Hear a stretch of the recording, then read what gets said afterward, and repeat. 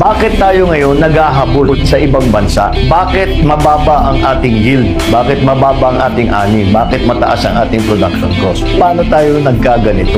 Maganda naman ang patakbo ng ating rice farmers nung nakaraan.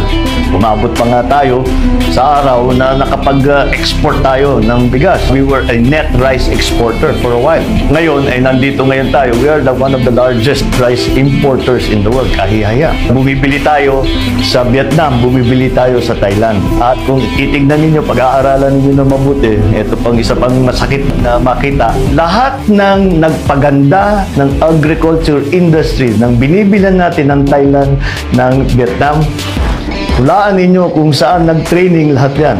Sa UP Los Baños, sa Erie.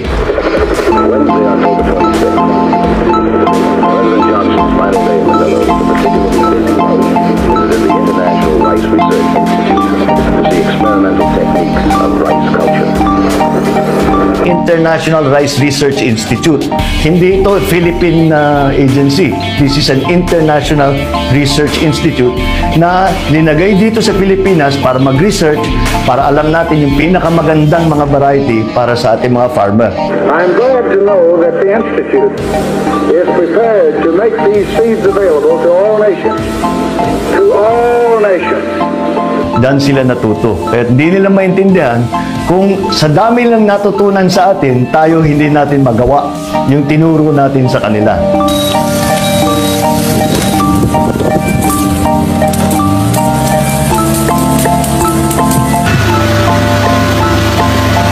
Ang katotohanan ay napabayaan ang sektor ng agrikultura, ang ating mga magsasaka sa ilang taon na, sa ilang administrasyon na. Ngayon lang na nakilala ulit na may krisis talaga ang mga farmers ng palay dito sa Pilipinas para makapag-compete tayo. Ang agrikultura kasi ay hindi lamang ang pagtanim. Ang solusyon dito sa lahat ay kailangan paabutin natin ang mga farmer na maging competitive ulit sa world market, lalong-lalo na sa bigas.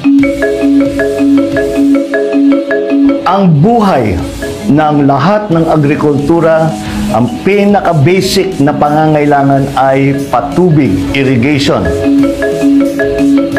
Ang pinag-uusapan dito, hindi yung kanal-kanal na maliliit. Pinag-uusapan nito is parang highway ito ng tubig eh. Para pagdaloy ng tubig mula sa bundok ay hanggang sa baba. Kaya't malalaking construction ito.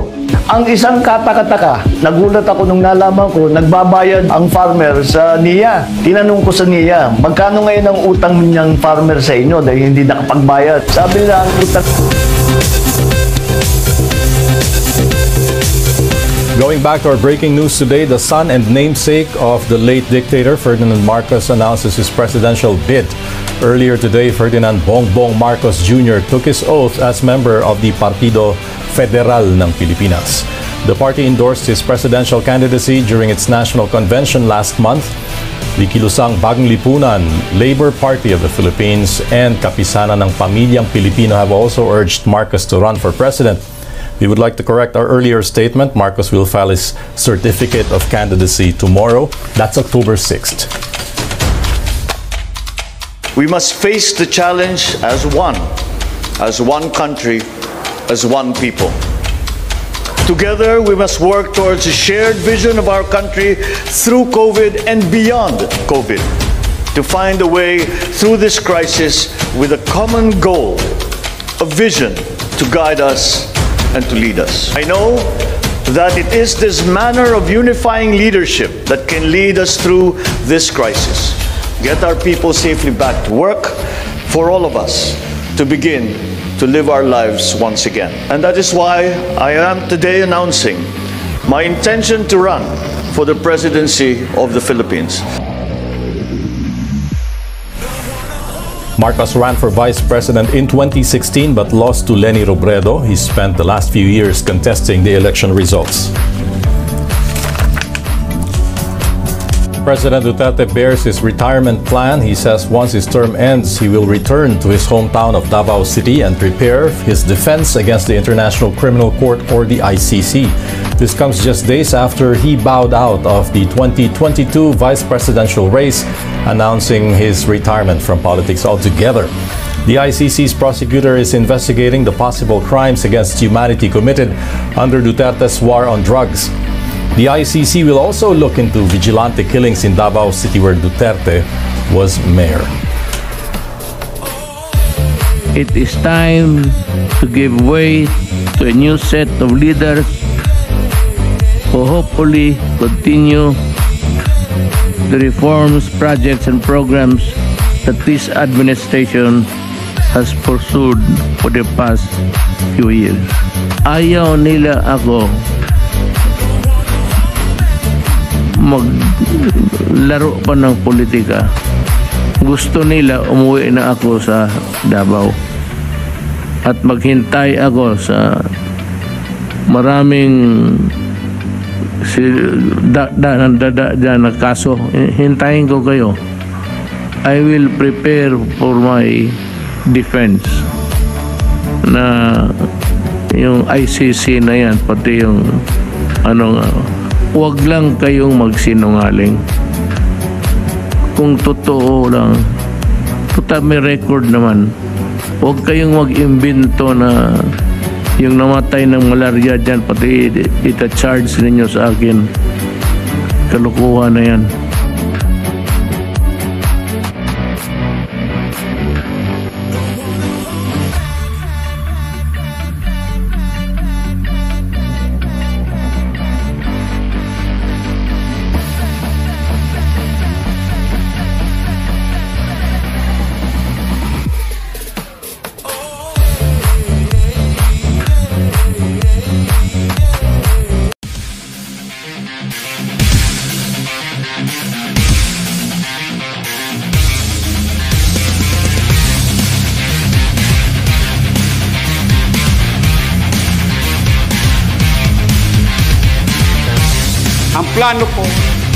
Ang plano natin ay parang bandila ng Pilipinas na ating hahabin mula sa hibla at sa mga sinulit na manggagaling sa inyo.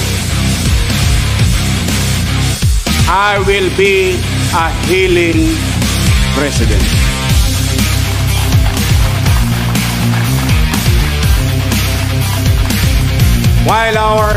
While ours will be government of national reconstruction, it will be also be a government of national reconciliation based on justice and rule of law.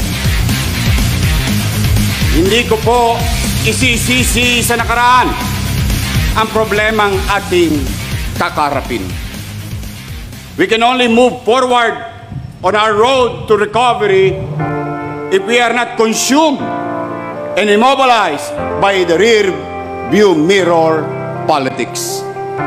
While poverty dehumanizes, it must not take the humanity out of you.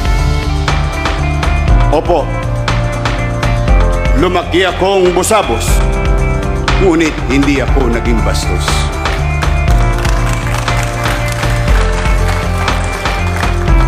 Bagamat balot ako ng dumi sa katawan, ni minsan hindi ko kailangan sabunin ang aking bibig. At sa kalagitnaan ng pag-iikaos ng matinding gutom, na mas malakas pa ang hilab ng tiyan kaysa sa aking dasal, ni minsan hindi ako nagtampo sa Diyos. Hindi ko siya minura. Hindi ko siya tinalikuran. At ang kanyang mga alagad, hindi ko inalipusta.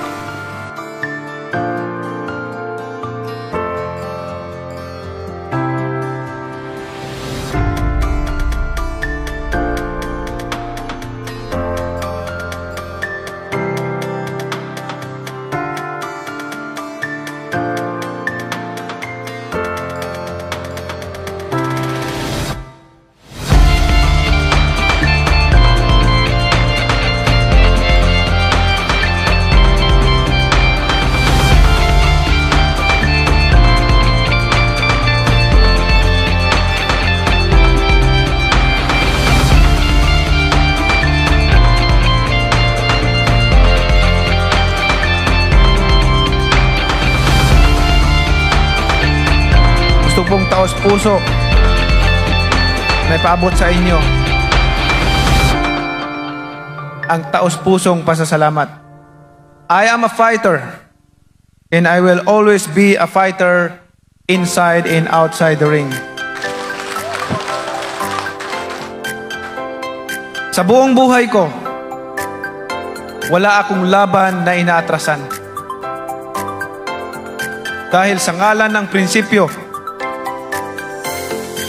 karangalan ng bayan, ay tumayo ako, nanindigan at nagkikipaglaban.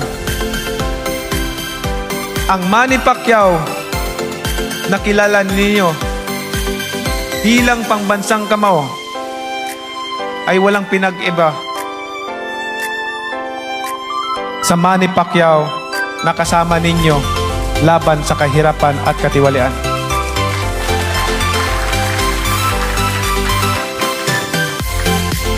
Sa loob ng ilang buwan, ako ay nanahimik.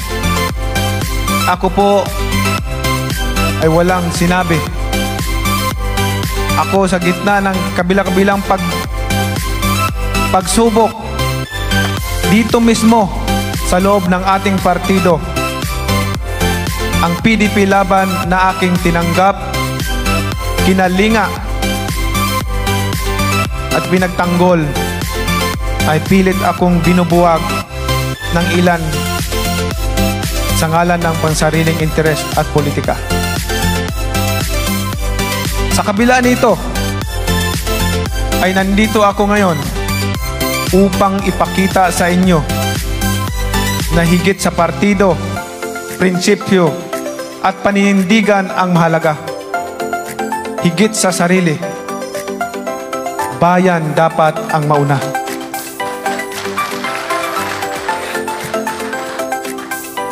Sa mga nagtatanong kung ano ang aking kagayahan,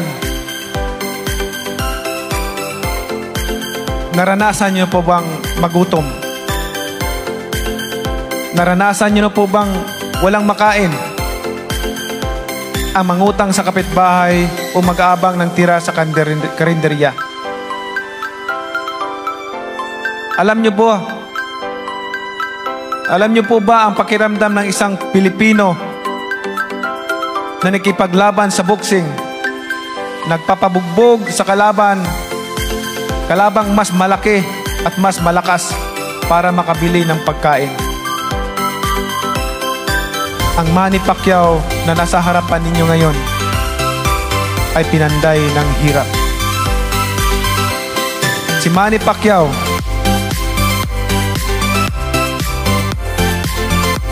na kasama ninyo ngayon ay dumaan sa lahat ng klaseng sakit at sakripisyo sa buhay.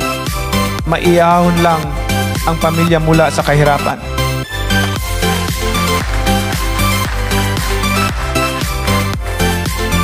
At ang Manny Pacquiao na pilit nilang pinababagsak ay ilang bisis nang bumangon, nagsikap at nagtagumpay.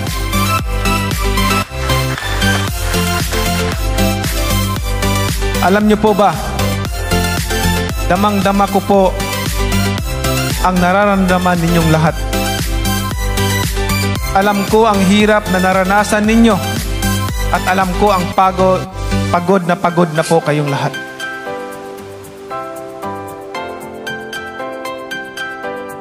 Pagod na po tayong lahat sa sitwasyon ng ating bansa, sa paghihirap ng bawat na maliliit na tao. Mga kababayan, we need progress. We need to win against poverty. We need government to serve our people with integrity, compassion, and transparency.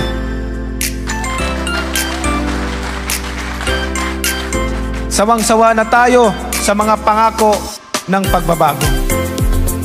Inip na ang taong bayan. Nagtatanong, kailan ba matatapos ang kanilang paghihirap? The time is now. Ngayon na ang panahon. We are ready to rise to the challenge of leadership.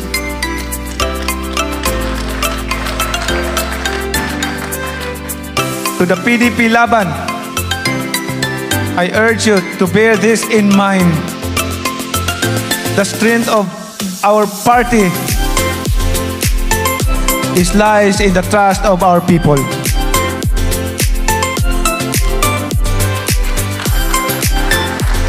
Whether we are 10,000 or 1,000,000 strong, for as long as we have our people's trust, then we are unbeatable because God is with us.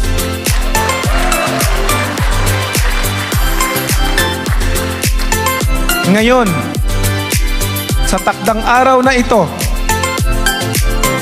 gusto ko pong alalahanin ninyo, sa ngalan po ng mga kababayan natin na matagal nang naghahangad ng tamang pagbabago sa ating pamahalaan, tapat na panunungkulan at serbisyo sa mamamayang Pilipino. Buong puso ko po, buong tapang at kababaang loob ay umaasa po ako sa inyong suporta.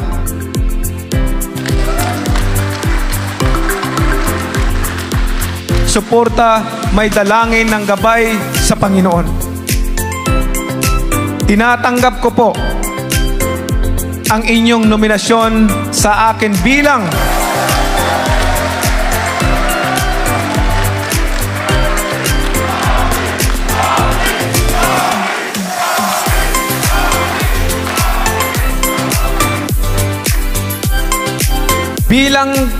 kandidato sa pagkapangulo ng Republika ng Pilipinas.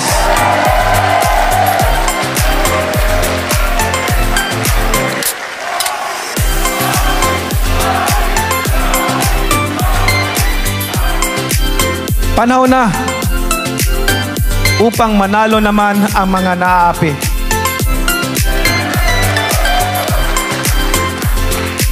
Panahon na upang makabangon ang bayan natin na lugmok sa kahirapan.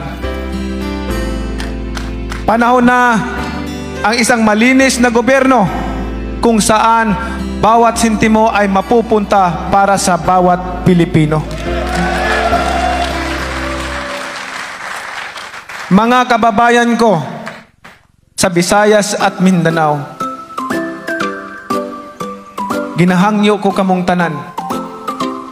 Mag-uban-uban ta, magkahiusa ta para sa tinud-anay nga pagbag-o para sa atong kalambuan.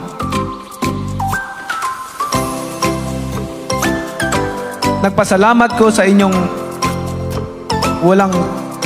walay puas nga pagsuporta. Mauna niya ang atong higayon para maipaglaban ang inyong karapatan. Amo na ni mga kasimanwa ko, amo na ni ang tinion sa pagbangon. Mag-inupod kita tanan, magkaisa kita, mabato kita. Sa mga nanunungkulan sa ating pamahalaan na patuloy na nagsasamantala at nagnanakaw sa kaban ng bayan, malapit na kayong magsama-sama sa kulungan. Your time is up. Binigyan namin kayo ng pagkakataon, ngunit kami ay inyong binigo. Naghintay po kami na mahabang panahon, ilang dekada na ang lumipas, pero wala ding nangyari. Sawa na kami sa inyong mga pangako, sa inyong mga dahilan. Sa ngalan ng PDP Laban at ng bawat Pilipino nangangarap ng isang maunlad na buhay, si Manny Pacquiao po ay handang gumabay at mamuno sa inyo sa panahon ng kahirapan, pagbangon at pag-asinso. Panahon na magsama-sama po tayo. Ako po ay naniniwala, even the impossible can happen if it is ordained by the Lord.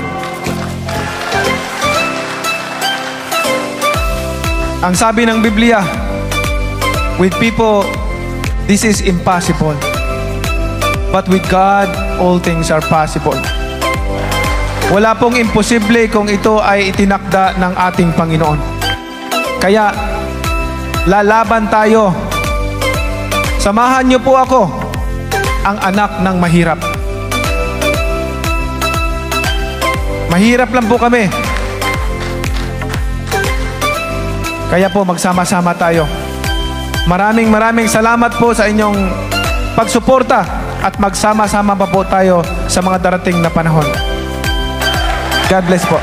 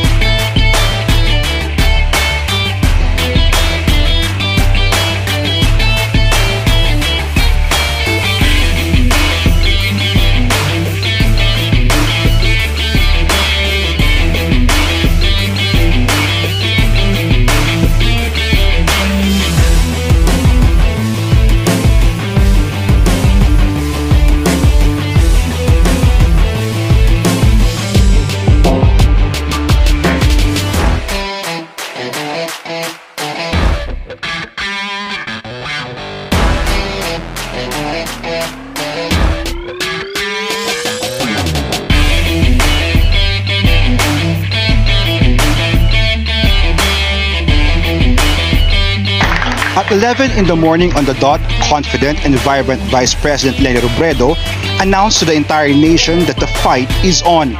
She's running for the highest post in the land. Robredo wore a blue blouse accentuated with a pink ribbon. Gone is the yellow color associated with the Liberal Party, which she serves as its chair. Robredo opens her speech by admitting it's not her intention to run and even considered going back to Camarines Sur and serve there. She also mentions about her talks with potential and rumored presidential hopefuls in an attempt to unite the opposition. May alok din silang sumanib na lang ako bilang kandidato o bilang bahagi ng kanilang administrasyon sakaling manalo sila. Ang tugon ko, hindi ito tungkol sa posisyon.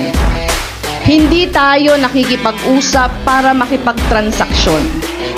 Robredo makes her objectives clear. Ang kawalan ng maayos na pamamahala ang ugat ng ating maraming mga problema. At ito ang kailangang wakasan. And the only way to do that, she points out, is to end corruption, incompetence, and lack of compassion. In her speech, Robredo highlights her role as a mother. Ina akong nakikita ang pagdurusa ng minamahal kong bansa.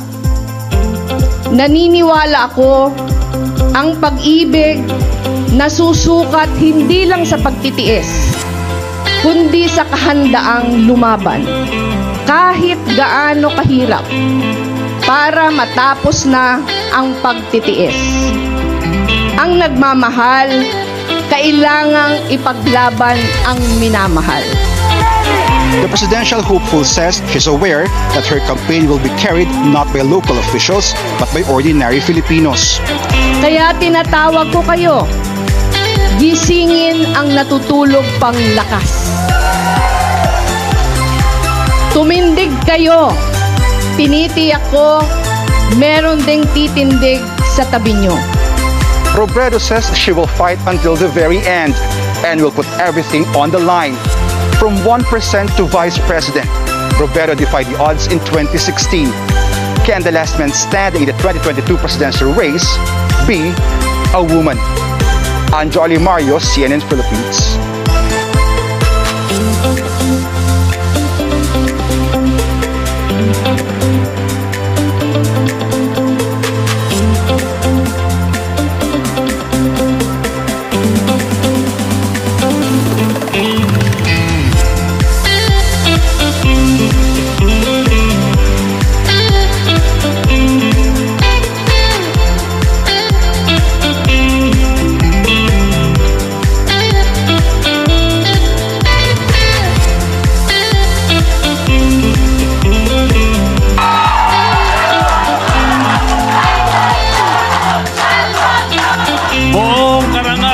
kong ibinibigay ang entabladong hindi lamang para sa isang mabuting ama at asawa, kundi isang public servant na may katapangan laban sa katiwalian, kakayahan sa pamumuno at katapatan sa pagsiservisyo para sa bayan.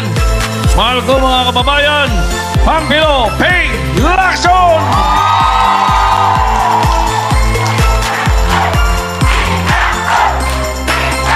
Thank you. Maraming salamat sa ating lahat. Maraming salamat Pilipinas. At maraming salamat sa aking partner, Senate President Tito Soto. In his sixth and final State of the Nation address last July 26, President Rodrigo Duterte admitted that he was wrong to think that leading the country is as simple and easy as leading Davao City. Walang debate sa katotohanan. Hindi natin dapat payagan ang maling akala para sa kinabukasan ng ating bansa. Sa gitna ng pandemya, baon sa utang ang ating bansa. Marami ang nawalan ng trabaho dahil nagsara ang maraming negosyo. Nadagdagan ang bilang na mahihirap, lalo pang dumami ang mga kumakalam ang sikmura. Talamak ang korupsyon.